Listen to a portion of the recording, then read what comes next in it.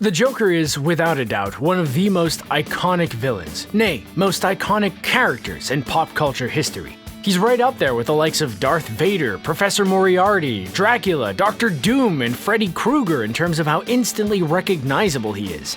We love his psychotic, unpredictable, maniacal, and wicked nature, and we can't get enough of his eternal rivalry with Batman, who is essentially his polar opposite. But there have been countless versions of the character over the years, in comic books, in movies, on television, and more, many of which differ in terms of tone and personality. But which one is the darkest? In this video, we'll run you through all the darkest versions of the character.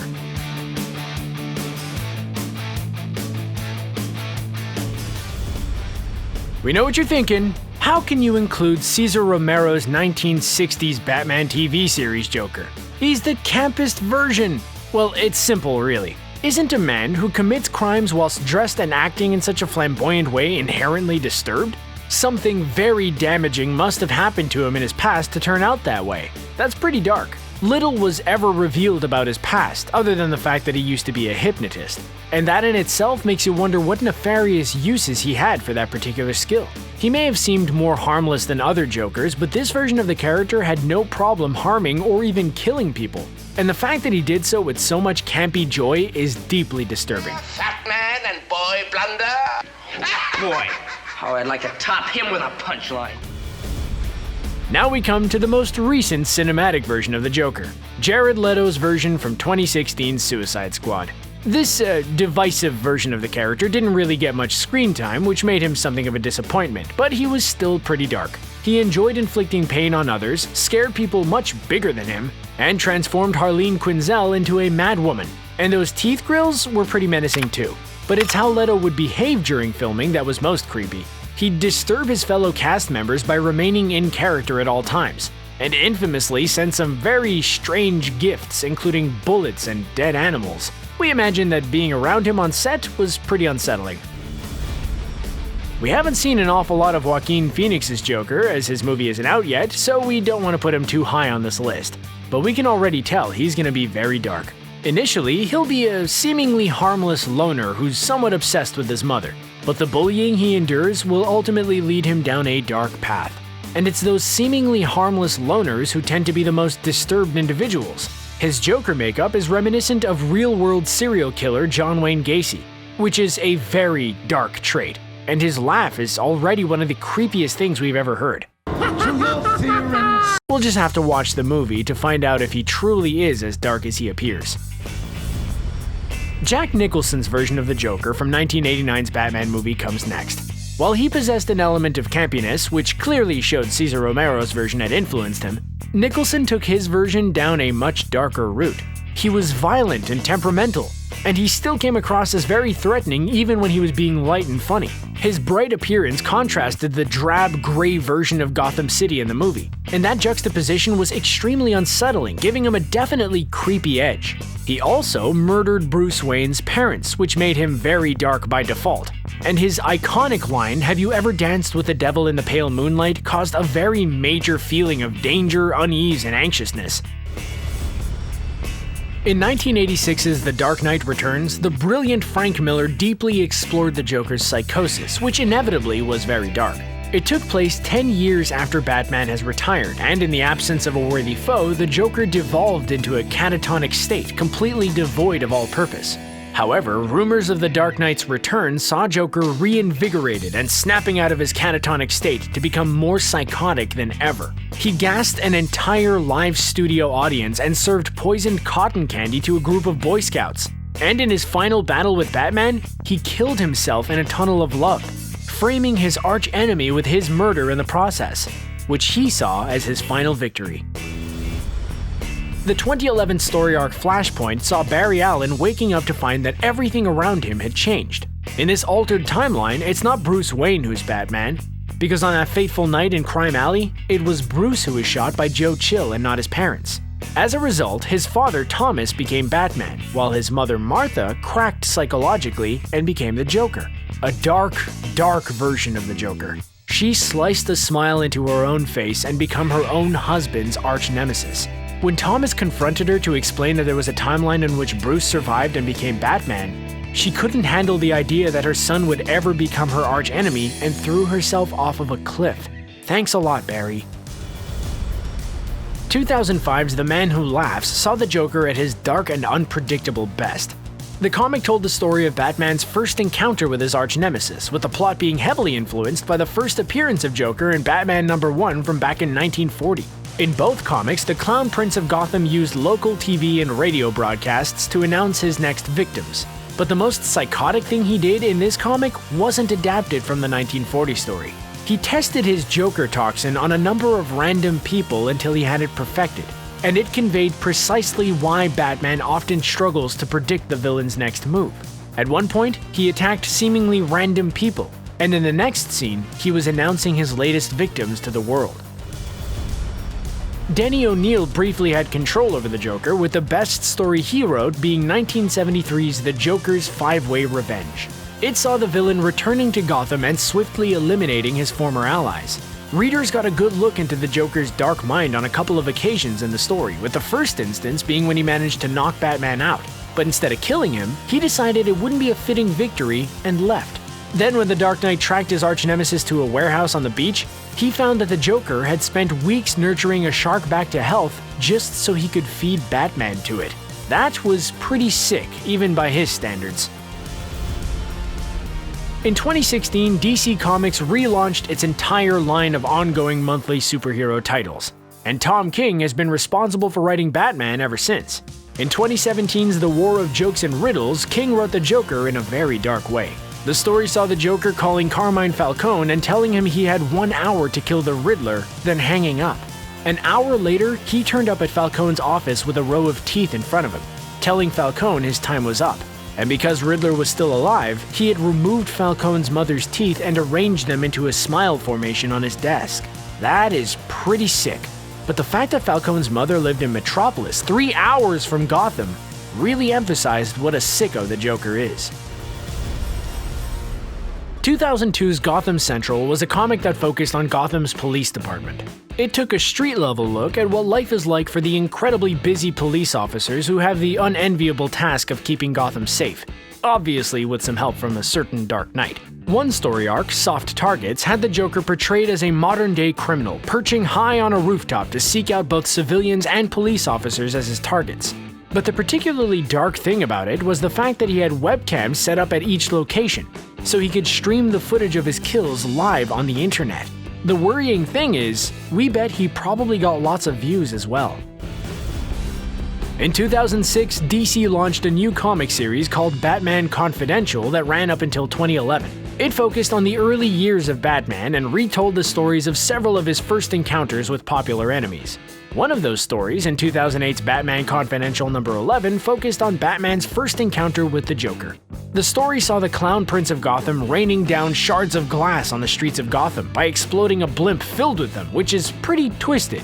But that wasn't enough for him. He also laced the glass with Joker toxin, which subsequently entered the bloodstreams of the citizens and created quite the horrific scene. All while Batman was holed up in a hospital and unable to do anything about it. Batman/Judge Dredd Die Laughing was a crossover between The Dark Knight and Judge Dredd that was released in 1998 and 1999.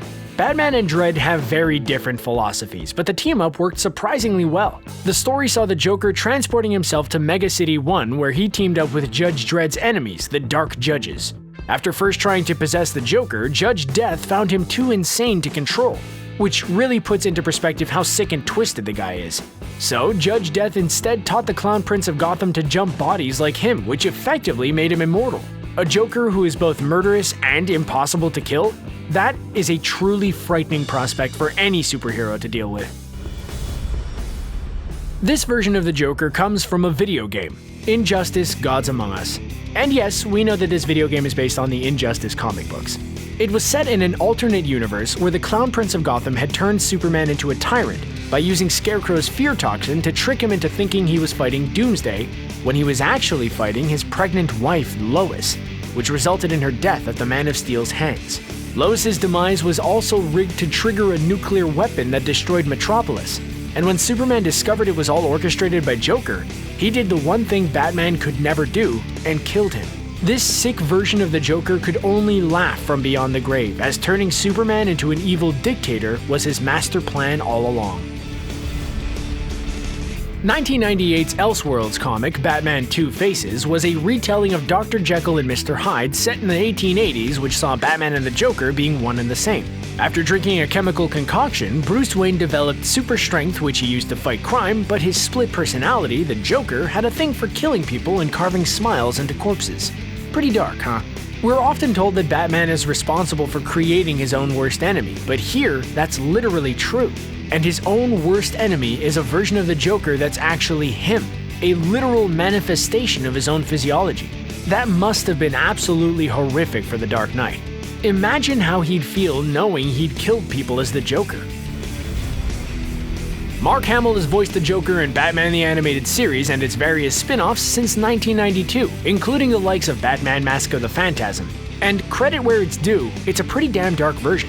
Hamill's Joker clearly took influence from both Cesar Romero and Jack Nicholson's portrayals of the character, utilizing lots of laughter, a high degree of campness, mayhem, totally crazy schemes, wickedness, and generally dark humor. What makes him particularly dark, however, is his voice. Seriously, it's absolutely chilling. And remember, don't send it airmail. Given that he only appears in a cartoon, he can only be so dark.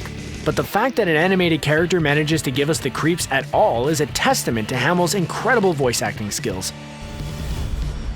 2000's Emperor Joker story arc saw the Joker stealing the power of the reality-warping fifth-dimensional imp Mr. Mxyzptlk. Well, 99% of it at least. As a result, he recreated the universe in his own image. And seeing him possessing such immense power gave us a glimpse at the true extent of his psychotic nature. It got really dark. He used the power to torture Batman to death every day, then resurrected him from the grave to do it all again the next day, over and over again. But the most disturbing thing he did was wipe out the entire country of China by eating all of its citizens. And he did it all for the sole purpose of being able to tell a bad joke. This Joker appeared in The Dark Knight Strikes Again, which ran through both 2001 and 2002. While the story was terrible, this version of the villain was very interesting and certainly dark. He was actually one of the Dark Knight's oldest and only friends, Dick Grayson, the first Robin. In this continuity, Grayson was relieved of his Robin duties for being too incompetent. And given that this version of Batman was pretty awful in general, Grayson understandably developed a dislike for his former boss. He opted into an experiment that made him a nigh-immortal shapeshifter, but the process, in addition to Batman's treatment of him, unbalanced him psychologically. He became the second Joker, murdering several superheroes in order to draw Batman out. This version of the Joker was actually created by Mark Hamill's animated version. In Batman Beyond, which was set 30 or so years after the original animated series, the original Joker tortured, disfigured, and otherwise tormented Tim Drake until he snapped and became a sort of twisted Joker Jr. It was really quite disturbing. He looked like a sort of sentient ventriloquist's dummy, and he had the most horrible laugh that had an obvious call for help behind it. Very creepy indeed. He joined forces with the original Joker and was on the verge of killing Batman. But fortunately, at the last second, Tim snapped out of his brainwashing just long enough to kill the Joker with a spear gun instead. Mark Hamill's version of the Joker also created another twisted incarnation of himself, this time another 30 years later in the Batman Beyond Return of the Joker story. In the story, the Joker had mysteriously come back after a very long spell of absence. But being the cruel SOB that he was still intent on using Tim Drake for his nefarious antics. He abused him psychologically the first time around, but that wasn't enough for him. This time, he quite literally got inside his head. Using a microchip that implanted his own thoughts, memories, and personality into his brain, he actually turned Tim Drake into the Joker, ensuring that even after Tim thought he'd escaped his abuser, he could never truly be free from him. Heath Ledger's Oscar-winning Joker in 2008's The Dark Knight was completely reimagined and depicted as a sociopath and a bringer of pure chaos. With his rugged and shabby appearance, he was by far the darkest, most unpredictable, and most violent live-action version of the character. Why so serious? There was evidence he'd been a soldier and that he may have turned psychotic due to the effects of PTSD, and that makes him dark in a very tragic way. But the manner in which Ledger prepared himself for the role was also extremely dark. He locked himself away in a hotel room for weeks, perfecting the character's mannerisms and completely immersing himself in the role, to the point that some people have theorized that it contributed to Ledger's tragic passing. In 1988's A Death in the Family, the Joker committed one of the most heinous crimes.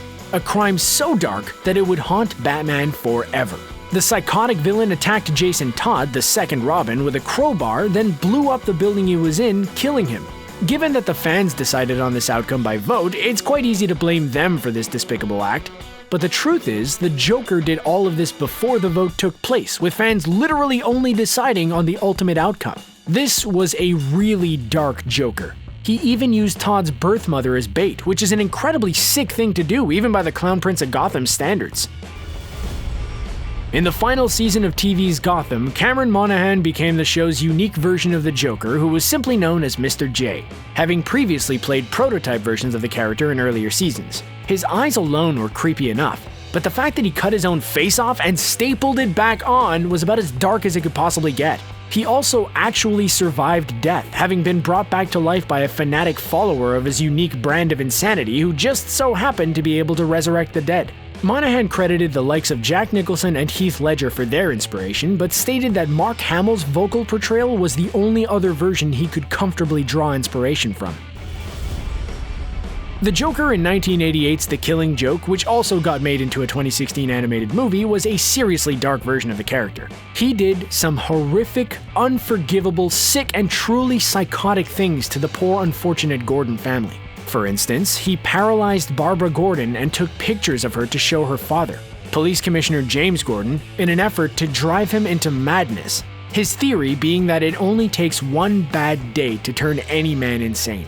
His goal in the story was to prove that he's actually the same as any sane person, with the only difference being they simply haven't experienced a truly bad enough day yet to go crazy.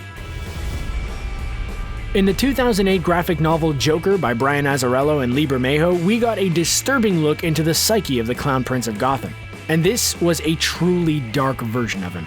The Joker's first order of business in the story, having just been released from Arkham Asylum, saw him visiting a strip club to see his partner Monty, who was responsible for his release. However, upon seeing that Monty was using Harley Quinn as a stripper in the club, he attacked his former friend, skinned him alive, and paraded him on stage, telling him that was how it felt to be treated like a piece of meat.